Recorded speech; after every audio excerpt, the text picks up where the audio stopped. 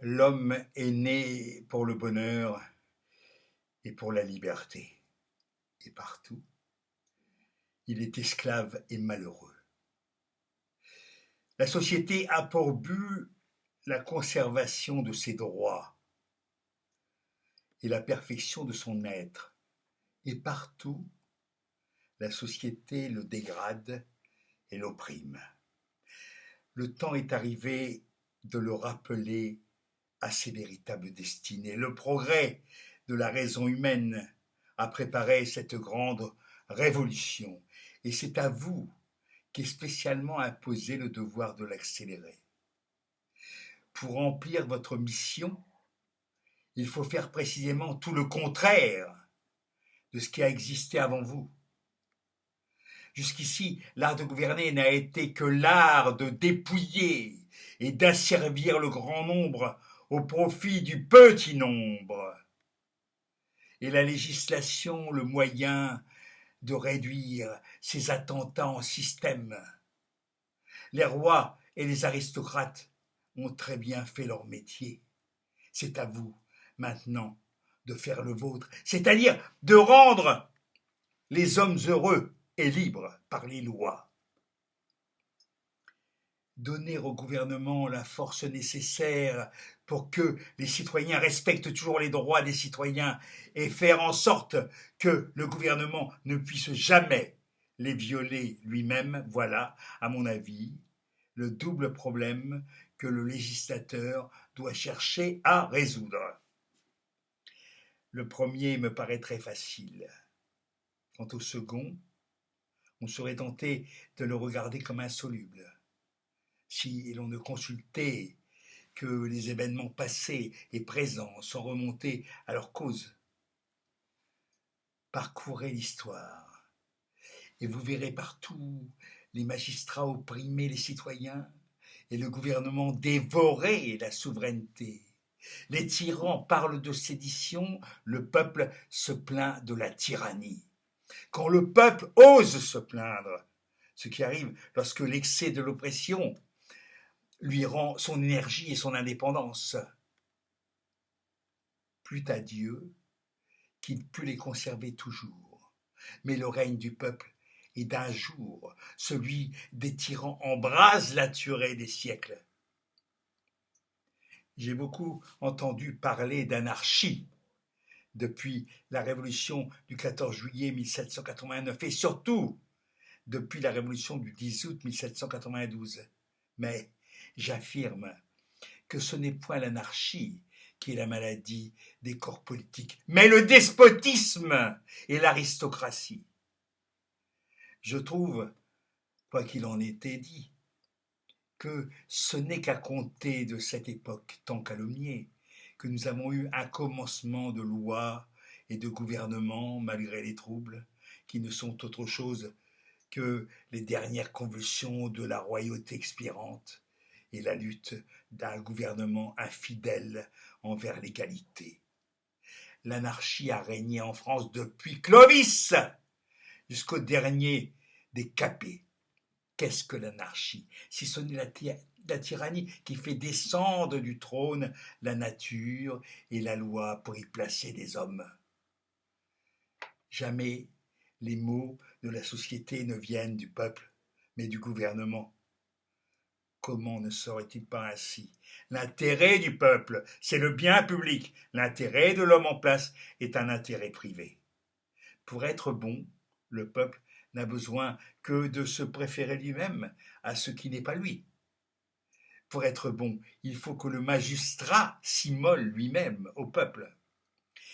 Si je daignais répondre à des préjugés absurdes et barbares, j'observerai que ce sont le pouvoir et l'opulence qui enfantent l'orgueil et tous les vices, que c'est le travail, la médiocrité, la pauvreté qui sont les gardiens de la vertu, que les vœux du faible n'ont pour objet que la justice et la protection des lois bienfaisantes, qu'il n'estime que les passions de l'honnêteté, que les passions de l'homme puissant tendent à s'élever au-dessus des lois justes et à en créer de tyranniques. Je dirais enfin que la misère des citoyens n'est autre chose que le crime des gouvernements, mais j'établis la base de mon système par un seul raisonnement. Le gouvernement est institué pour faire respecter la volonté générale, mais les hommes qui gouvernent ont une volonté individuelle, et toute volonté cherche à dominer. S'il emploie à cet usage la force publique dont ils sont armés, le gouvernement n'est que le fléau de la liberté. Concluez donc que le premier objet de toute constitution doit être de défendre la liberté publique et individuelle contre le gouvernement lui-même. C'est précisément cet objet que les législateurs ont oublié. Ils se sont tous occupés de la puissance du gouvernement. Aucun n'a songé aux moyens de le ramener à son institution. Ils ont pris des précautions infinies contre l'insurrection du peuple. Et ils ont encouragé de tout leur pouvoir la révolte de ses délégués. J'en ai déjà indiqué les raisons. L'ambition, la force et la perfidie ont été les législateurs du monde. Ils ont asservi jusqu'à la raison humaine en la dépravant et l'ont rendue complice de la misère de l'homme. Le despotisme a produit la corruption des mœurs et la corruption des mœurs a soutenu le despotisme.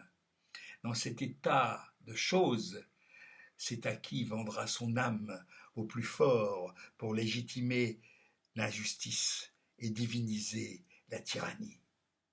Alors, la raison n'est plus que folie, l'égalité, l'anarchie, la liberté des ordres, la nature chimère, le souvenir des droits de l'humanité révolte. Alors, on a des Bastilles et des échafauds pour la vertu, des palais pour la débauche, des trônes et des chars de triomphe pour le crime. Alors, on a des rois, des prêtres, des nobles, des bourgeois, de la canaille, mais point de peuple et point d'hommes. Voyez ceux même d'entre les législateurs que le progrès des lumières publiques semble avoir forcé à rendre quelque hommage aux principes. Voyez s'ils n'ont pas employé leur habileté à les éluder, lorsqu'ils ne pouvaient plus les raccorder à leur vue personnelle. Voyez s'ils ont fait autre chose que de varier les formes du despotisme et les nuances de l'aristocratie.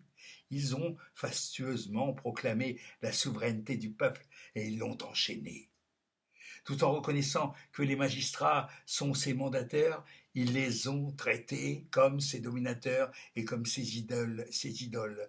Tous se sont accordés à superposer le peuple insensé et mutin, et les fonctionnaires publics essentiellement sages et vertueux.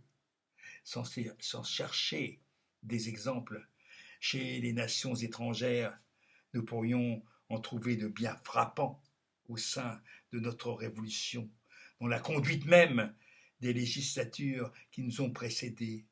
Voyez avec quelle lâcheté elles encensaient la royauté, avec quelle impudence elles prêchaient la confiance aveugle pour les fonctionnaires publics corrompus, avec quelle insolence elles avilissaient le peuple, avec quelle barbarie elles l'assassinaient. Cependant, voyez de quel côté étaient les vertus civiques. Rappelez-vous les sacrifices généreux de l'indigence et la honteuse avarice des riches. Rappelez-vous le sublime dévouement des soldats et les infâmes trahisons des généraux.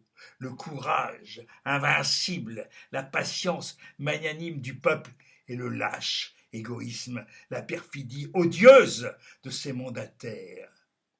Mais ne nous étonnons pas trop de tant d'injustice. Au sortir d'une si profonde corruption, comment pouvait-il respecter l'humanité, chérir l'égalité, croire à la vertu?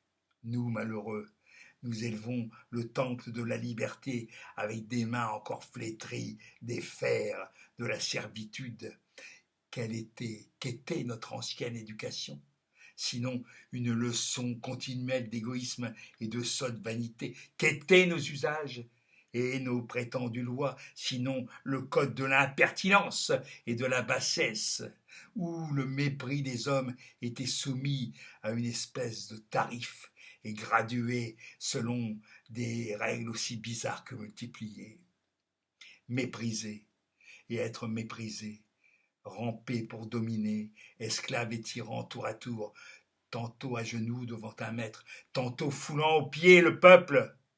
Telle était notre destinée, telle était notre ambition à nous tous, tant que nous étions hommes bien nés ou hommes bien élevés, honnêtes gens ou gens comme il faut, hommes de loi et financiers robins ou hommes d'épée. Faut-il donc s'étonner si tant de marchands stupides, si tant de bourgeois égoïstes conservant encore pour les artisans ce dédain insolent que les nobles prodiguaient aux bourgeois et aux marchands eux-mêmes? Oh, le noble orgueil, la belle éducation. Voilà, cependant, pourquoi les grandes destinées du monde sont arrêtées. Voilà pourquoi le sein de la patrie est déchiré par les traîtres.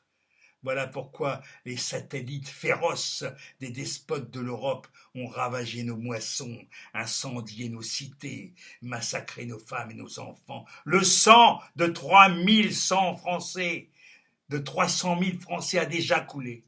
Le sang de 300 000 autres va peut-être couler encore, afin que le simple laboureur ne puisse siéger au Sénat à côté du riche marchand de grains, afin que l'artisan ne puisse voter dans les assemblées du peuple à côté de l'illustre négociant ou de présomptueux avocat, et que le pauvre, intelligent et vertueux ne puisse garder l'attitude d'un homme en présence du riche imbécile et corrompu, insensé, qui appelait des maîtres pour ne point avoir d'égaux.